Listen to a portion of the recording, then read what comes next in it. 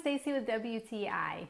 If you have not had a mirror that lights up when you're doing your makeup and getting ready, you really don't know what you're missing. This beautiful petite mirror from ZELing really lightens up every space so that you can really get a true look while you're doing your makeup and getting ready. This mirror is a 19 by 23 inch size.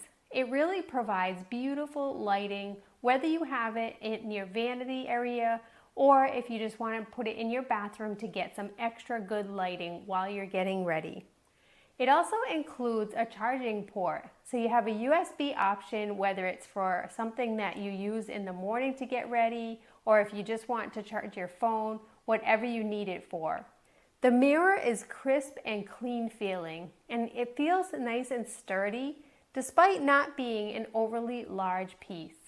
This would be perfect for a small bathroom to put on the wall or for your vanity desk if you have one. I really like that the light is so bright and clear. It really mimics the daylight so that you can really check your makeup before you leave the house or just get up nice and close with the enclosed microscopic mirror as well. I love the option to have this vanity mirror. Having that lighting just helps you so much to be able to get ready in the morning, and you can even dim it if you just want to leave a nice night light on at night.